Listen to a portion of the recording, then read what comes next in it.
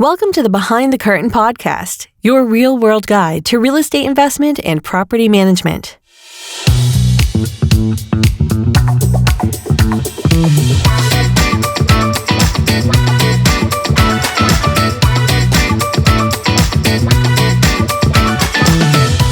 In this episode, we'll be talking about forbearance, what it is, and how it is impacting the marketplace. In another segment, we'll be talking about construction costs. Why has lumber gone up in price, and what are the long-term effects on its overall price? We'll also discuss ways in which construction in the United States may need to change.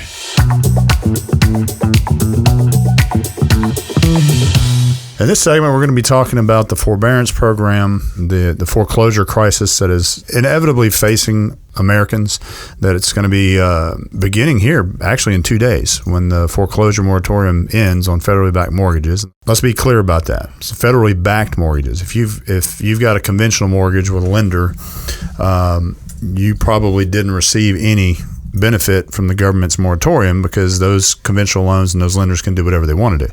But if your loan is backed by the U.S. government and the taxpayers, we say U.S. government as if they are the taxpayers. Actually, your loan's insured by me, Glenn, Richard, and everybody else in America that pays taxes.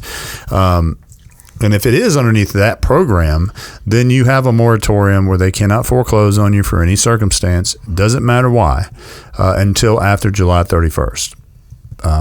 Then after September 30th, the forbearance programs end, and we're going to get into that and talk about forbearances and what those are and how that will impact the foreclosure crisis that's coming.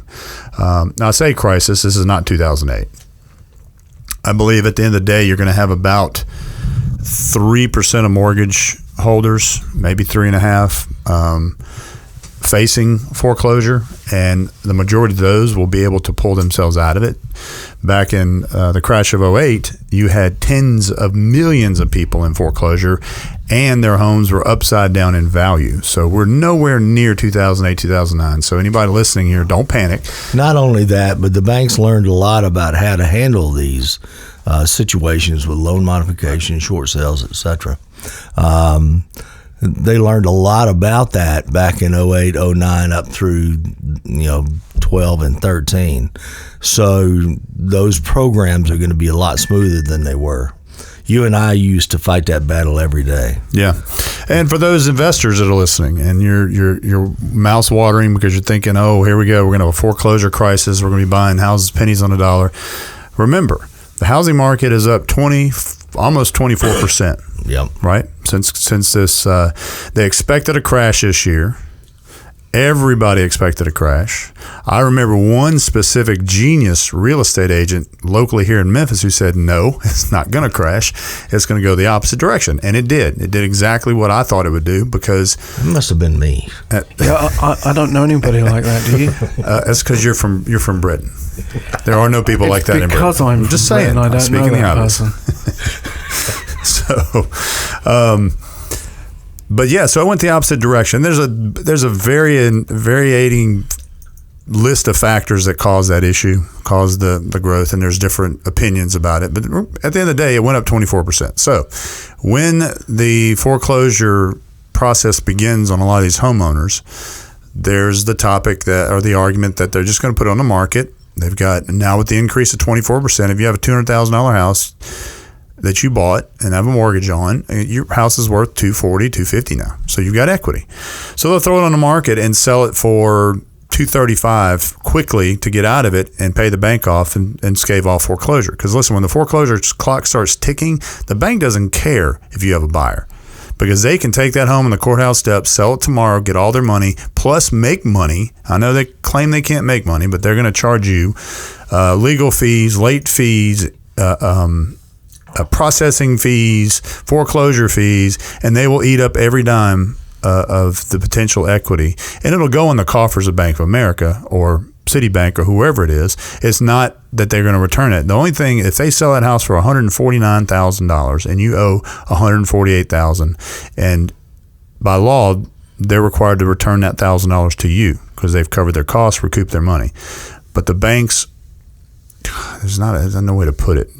Listen, there are a lot of shady lenders out there, and they find ways to nickel and dime you to death and steal your money when they foreclose on you. So sometimes they just outright break the law. They do. And we caught them doing that. We challenged them many times in court for that, and we won a bunch of those. We lost some, but we won those. So when this foreclosure crisis happens, let me quit using crisis. When it happens, Glenn, it's not going to be nearly as big as it was in 2008, but we are going to have foreclosures that are going to be happening. It's inevitable. So what is your prediction as to how that's going to impact the market? To me, not much. I mean, I don't see it impacting it whatsoever. I'm with you. I mean, there's just not enough of a mountain. Everybody wants to compare 2008 to now. The experts but I'm telling do. you, this is no comparison at all. I mean, 2008 was the bottom of the barrel kind of fallout. It was like, and we've discussed what caused that. What caused that is that 80% of Americans had a government-backed mortgage, and probably half of those people were given a mortgage simply because they had a pulse.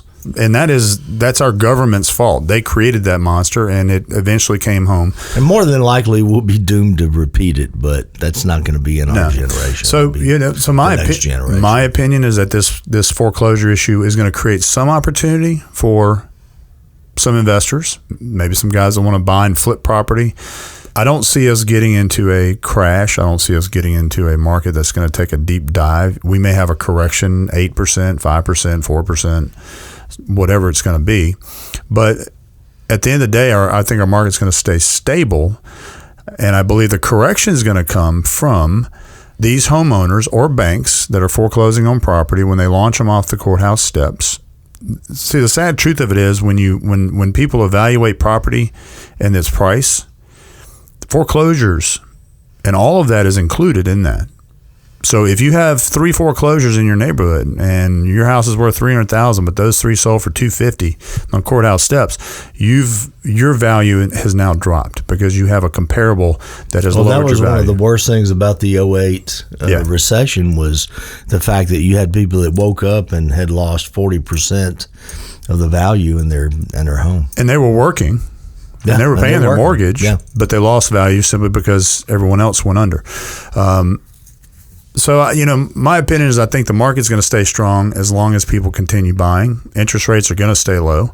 Well, the Fed's going to keep them down there. Well, they have no choice. If they raise interest rates now, this so-called inflation is going to get so out of control that it would crush the average American into poverty. It would just destroy everything. So, that's how it impacts our investors, because if you have investors wanting to do flips, the cost of the construction materials to do a rehab has gone up probably 40%. Yeah. And so when you factor that into a flip, if you can't get it for the right price, there's no sense in doing it. And if the admin then jacks up the capital gains tax, then that's really going to kill. But that's good for us, because we compete against flippers all day long trying to pick up property that we're trying to get. Now, there's also a flip side to this that a lot of investors need to pay attention to. Not just lumber is an issue, but materials across the board. Sheetrock, shingles. So you've got a home today you're renting for $950 a month, and tenant vacates come September, and you're going to rent ready it and put it back in the market. Be prepared for your cost to go up 4 or 5% or maybe 8% to turn that house. There's a shortage of lumber, and we'll get into that article here. But Richard sent, I don't know if you saw the email from Richard, but he sent an email saying got wood. I was like, wow, our British friend's finally coming out of the closet.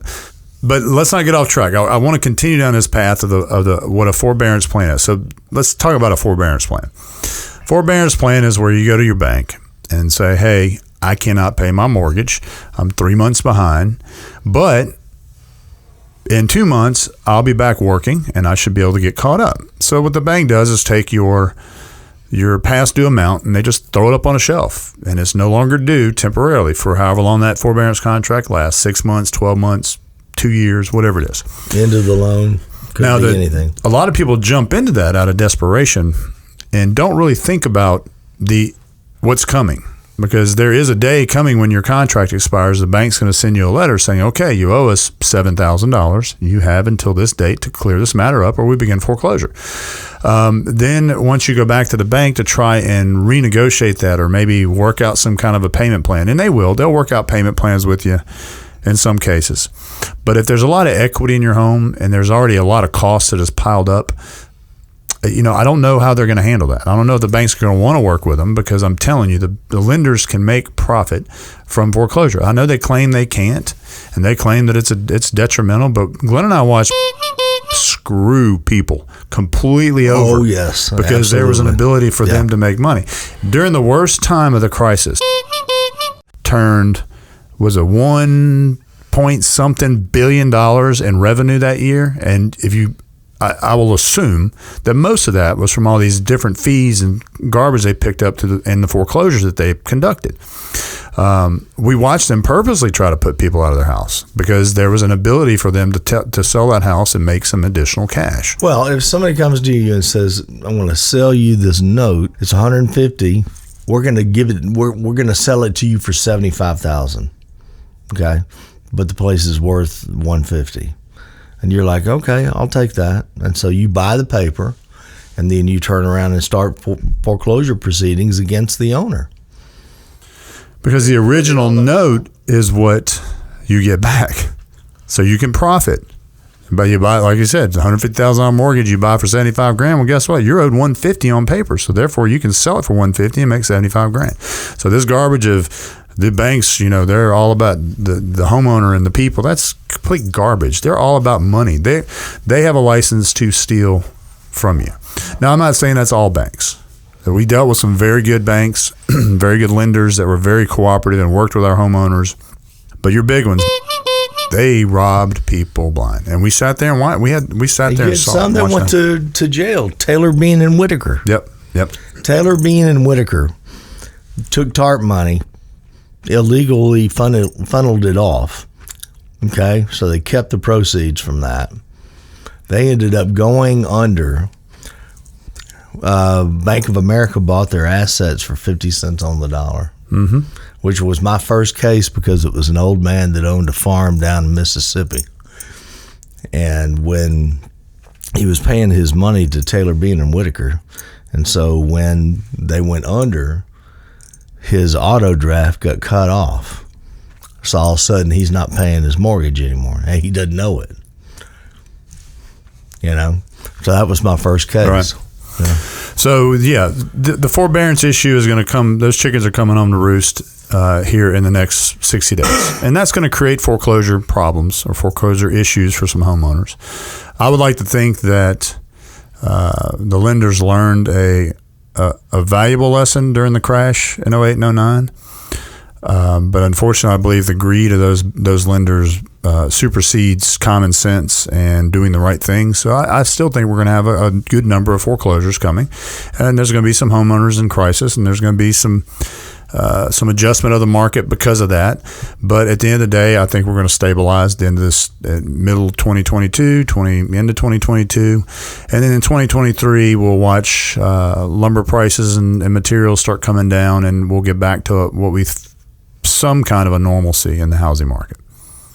But between now and then, if you're an investor, buy. Here's how the law. This is what the law allows a bank to do.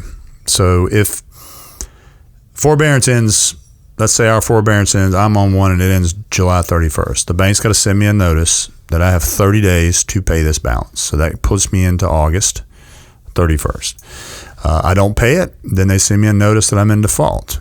And they give you, I think it's 30 days to rectify the problem, or they begin foreclosure proceedings. Then they have to send you a notice of right to foreclose, which is another 60-day window. So I'm guessing probably February, March of next year is when you'll see the bulk of properties that are going to be foreclosed on at the courthouse steps. If they hired themselves a decent attorney or a couple of good negotiators, it could drag out to summer. I mean, hell, I had one house I drug out for 5 years. Down in Florida on a golf course. I did as well. So you can drag it out, but I would think the most of this will be settled by summer of next year, and then I think when that's done, I think we'll see a kind of a leveling off of the market. For the benefit of the listeners, could you tell us what it is you used to do and some examples of what you did? So what was your official title?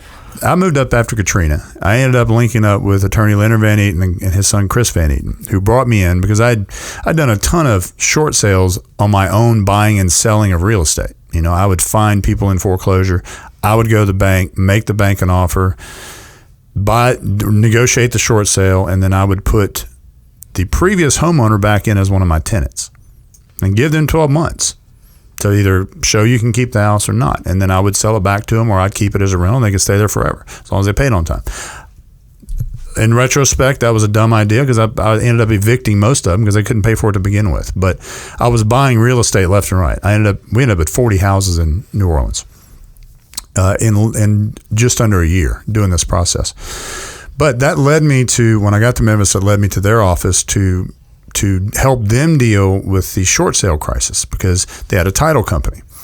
That title company went from doing 30, 40 closings a month to doing like 3 because nobody was selling homes and you couldn't sell them. No one knew how to do a short sale, so agents were frustrated. People were dropping their licenses and getting out of the business and going back to work somewhere else. But that was right up my alley. So I started a process, calling banks and doing short sales for agents to produce closings for title assurance and negotiate. And Glenn was with Orion Packaging.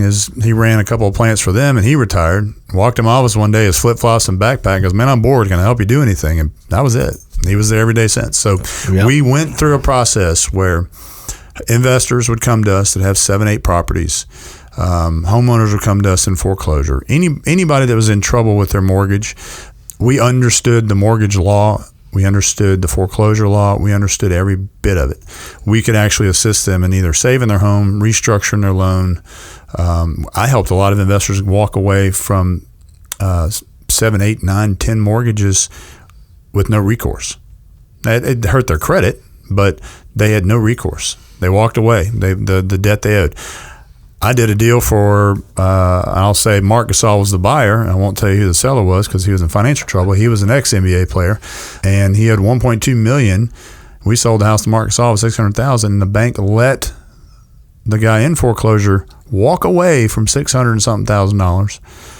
And he was still playing ball at the time. The kid made $250,000 every 2 weeks, but let him walk away from $650,000. That's how good I was.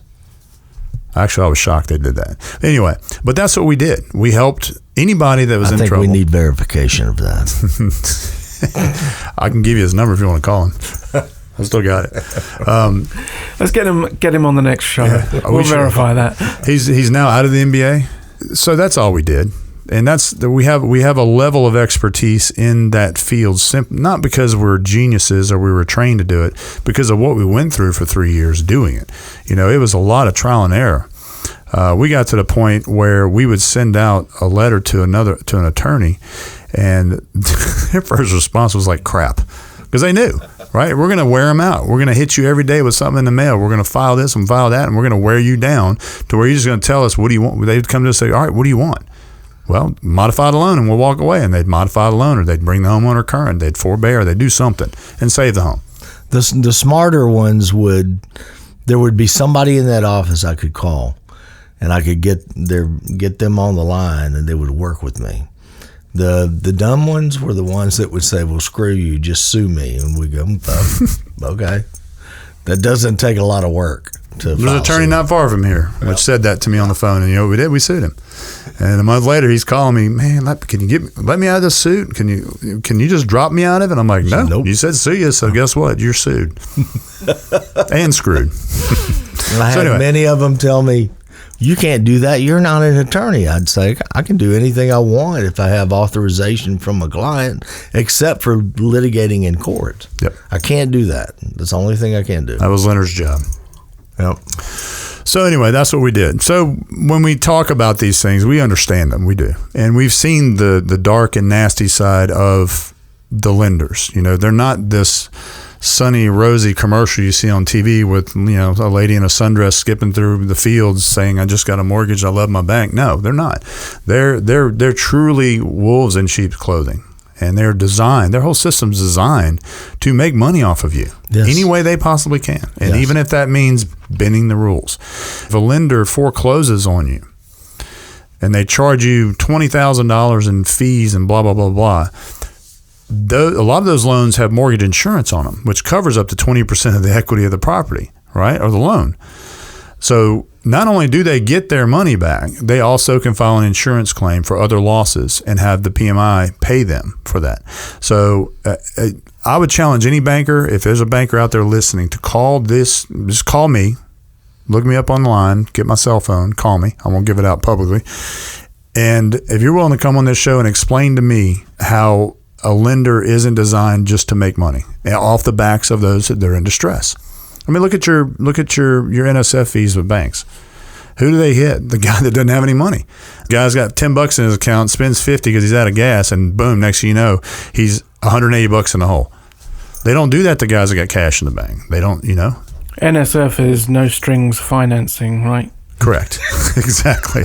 No strings financing. You're better off going to a payday loan company than hitting $35 a charge. So when you look at the forbearance here and the foreclosure moratorium ending, we're going to have some issues, but they're nowhere near going to be close to 2008. It's just not going to be. There's not any comparison to 2008. Right. 2008 was such an anomaly. Mm-hmm. I mean, we created it, right? Sure. But what's happening now is nothing like 08. So just to add in some interesting facts, as of July 11th, 2021, there are still 1.75 million borrowers, which is approximately 3.5% of U.S. mortgages, enrolled in a forbearance program. Right.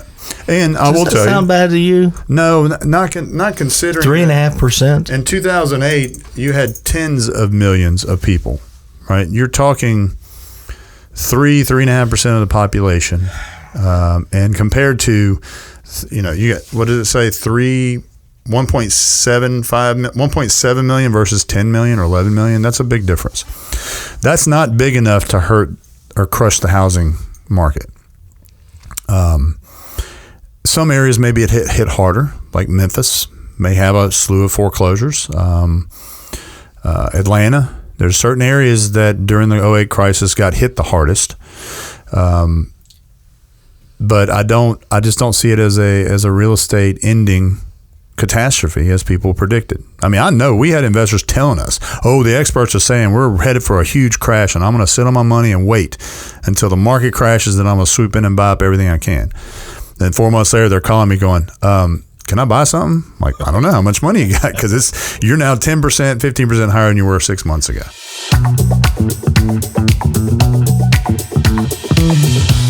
Obviously, everyone knows that prices are dictated by supply and demand. If there's more demand than there is supply, prices jump. And when it goes the other way, prices drop. Basic economics. The issue that I got from reading this article regarding lumber shortage or lumber prices, I thought it was interesting for the explanation of why there's a shortage, is that there's a shortage of lumber because there was a prediction that we're going to have a housing market crisis, which then was going to slow down builders. It was going to slow down development. Then COVID hit, and you had mills that had fewer employees, but they didn't care because their business was slowing down, so they thought. Then all of a sudden, the reality sets in, and the housing market takes off. And I think we explained very well why that took off. So when that took off, now all of a sudden you've got, during COVID, you had homeowners that were stuck at home. So you got guys out there going to Home Depot, buying lumber, building clubhouses and she sheds and, doing projects around the house, which created a shortage of lumber temporarily. Then as the lumber mills tried to crank up to get caught up, the building season kicked in and builders started buying in quantity, and therefore they were never able to get caught up. So the supply has remained steadily short, which has now driven up prices. Do you agree? I agree. I mean, we've been talking about this for a few months now. If you're coming in to do a flip and where you had like 20% margin, mm-hmm. Okay, now all of a sudden your construction costs are greater than they were, And now you got to push that top line up, right? So you got to sell the property for more than you expected, or you got to save costs somewhere by reducing your cost on the rehab. So, yeah, I agree. Well, the lumber issue is a problem. It's not an economy crushing issue. It's going to slow down the building of affordable housing. You're going to see mainly what you're going to see is a lot of custom building. People who can afford to pay for the lumber, it doesn't matter, who can pay $80,000 for a lumber package when it used to be 60. But I think where we're going to feel an issue is which is good for us and good for investors, which is going to be in the affordable housing new build. In other words, the little 12 to 1,400 square foot homes that are very popular, that 80% of people, at least in this area, buy into. We're going to watch a drop off of that because the margins are so slim. You can't make money building those types of homes. The only way you make money is building a custom cost plus job for, the doctor down the street or the lawyer who lives, out in Oakland. Do you think that'll create a housing shortage for the average American? And do you think that'll give us a resurgence of buy and flip and rehab and rent? If you go back to the 80s, when they were putting Cracker Jack boxes up in Cordova, everything was affordable. Now there's no way to make entry-level affordable housing unless it's an alternative, such as your tiny homes and your container and homes. The prefabs. Yep. But unfortunately, a lot of municipalities and counties don't allow. They've never approved those to be built. But maybe that'll drive that thinking outside. I used to be in small town government, and I can tell you that if the idea can go before the planning commission and council today, it'll be 2028, 29 before their study is done to determine if it would be effective or not. So I don't see that changing. So we may end up with a housing shortage for new affordable housing, brand new build affordable housing, which is good because that then pushes builders. And what happened when the moratorium set in Shelby County on new builds? All the builders went in and started buying up older homes, rehabbing them, flipping them, right? Yep. That then caused a resurgence in the older home market and the rental market. Yep. So it may not be a bad thing if that happens. It's just going to force people to think outside the box when they want to buy their first home. I'm going to buy this 1979 home in East Memphis instead of buying this brand new home built in Oakland. And that may be the end result of that. Well, the article says that they expect prices to stay high. They expect them to stabilize this year, at the end of this year, and then stay where they are until about 2023 and begin to come down. What I didn't get from the article is that because they're assuming at that point the supply and demand will kind of catch up with each other, and not just a sawmill scale up, but all of a sudden if you're a small mill and there's one out by our boat, I forgot the name of the company, but they're running 100 lumber trucks a day down that highway going out to the mill. So and all of a sudden your capacity increases 20%. Now you've got to find 20% more truck drivers, vehicles, loaders, guys that actually cut the trees, trim them and load them on, drivers to bring them there. So yeah, I can see that it probably takes 4 or 5 months to ramp up production at a facility. You can set the mill up probably in 3 weeks to run more, but you still got your logistics of getting it to that place is probably the hang up. So that does make sense, which may be the reason why they're saying, look, we're going to level off this year. The sawmills will kind of get caught up and the prices will stay up for a little bit until they can recuperate some of the losses they may have incurred early on. And then as we get into 2023, it begins to come down. And we kill those beetles, whatever they are. Those British beetles. They're pine beetles. Oh, I thought you said British beetles. They come from the land of pine. Brits, man. Damn Brits. They're Start from everything. Liverpool, yeah. The pine beetles are? They're from Liverpool? Figures. I think where construction in the United States needs to shift is it may need to look at new technologies, particularly some of these technologies that are being used over in Europe. Like modular style homes. I mean, stick in mud? Very. They're modular, and do they do a lot of that there? Yeah. Sticks and mud. No. I think you're thinking of Wales. They've been doing modular over in Germany for freaking. Have they really? 20 plus. And we met with yeah. We met with a guy yesterday who was talking about him, and he said they're rated higher than block homes for hurricanes and tornadoes and all that. Correct. So there's a company out in Poland that I know of that you can design everything, and it's all prefabbed in the factory. Now, if you're an American listener, prefabbed sounds like a negative, and when I first heard it, I thought, unless you say double wide. What's that going to look like? Say double wide prefab. Now we're talking. But this is spectacular engineering. Everything is pre-wired, pre-plumbed, and it comes in sections. I've seen the properties, and they are. I mean, listen, the people's stigma about prefab is back in the late '80s, early '90s when they first came out. Yeah, they just put up boxes, and they were all they look like I don't even know what to describe. They were garbage, and when the wind blew, they'd fall over. But the prefab business pretty much caught hold down in Florida after Hurricane Andrew, and that's when they started building these really strong structures that they could pretty much lag bolt together and strap them to the ground, and they're not going anywhere. You're going to lose your windows, but your walls are going to stay up. And let's not forget about container homes built out of shipping containers. Yes. Glenn and I are experimenting with something right now. We're working on a project. We'll divulge that to the listeners. We'll tell you more about it as we move down the road. Yeah. Thank you for listening to Behind the Curtain podcast, your real-world guide to real estate investment and property management. Be sure to subscribe at BehindTheCurtainPodcast.com. And if you'd like to learn more about Enterprise Property Management's real estate services, please visit us on the web at epmrealestate.com. This has been a Sound Ideas Group production for Enterprise Property Management, Inc.